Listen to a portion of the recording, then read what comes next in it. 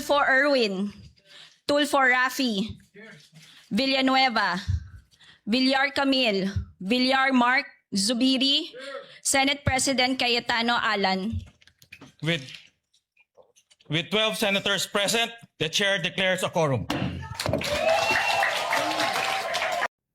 Good day po sa lahat, si Fiscal EJ po ito. Let's talk about the quorum controversy. Now, a lot of people are saying 12 is not 13. Well, of course it isn't. Hindi naman iyan ang totoong issue. The real question is this: what did the Constitution mean when it said that a majority of each house shall constitute a quorum to do business? Let's look at the actual text. Article 6, Section 16, Paragraph 1 of the Constitution states, "The Senate shall elect its president by a majority vote of all its members."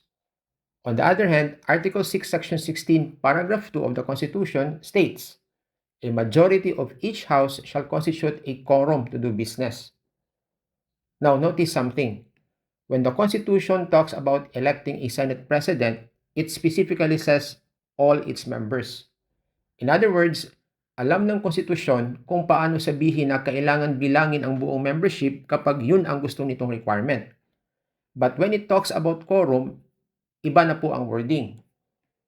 Hindi nito sinabi na a majority of all its members shall constitute a quorum. Ang ginamit nito ay a majority of each house.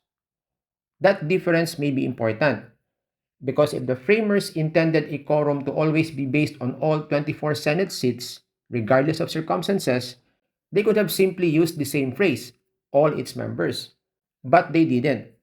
And that's why there is a legitimate argument that for purposes of doing business, quorum should be based not merely on authorized seats, but on the Senate as it actually exists and is capable of functioning. Now let's talk about why this matters. A legislature exists to legislate. Ang Senado ay ginawa para gumawa ng batas at gampanan ang mga constitutional duties nito.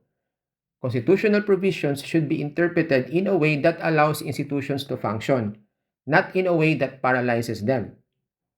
So let's test the opposing view. Imagine this hypothetical. Suppose 4 senators are arrested and detained for a non-bailable offense. 3 senators die in a plane crash, and 2 senators are imprisoned in The Hague. That's a total of 9 senators who can no longer participate in Senate proceedings. In practical terms, they are already beyond the coercive powers of the Senate. Why? The 4 detained senators are in jail and under the custody of the courts. The 2 imprisoned abroad are likewise under custody and beyond the Senate's practical reach. And as for the 3 who died in the plane crash, well, even the Senate Sergeant-at-Arms has limits. Hindi kasama sa kanyang powers ang pagising ng patay para magpa-roll call. So, realistically, the Senate cannot simply order these 7 individuals and 2 deceased senators to appear and expect them to show up. That leaves only 15 senators capable of functioning as members of the Senate. Now, let's take the hypothetical one step further. Suppose 7 of those 15 senators decide to boycott all sessions. Only 8 senators remain available. Under the reasoning in Avellino versus Cuenco, those 8 senators could be considered a majority of the 15 senators who are actually capable of participating, and therefore sufficient for purposes of establishing a quorum to do business.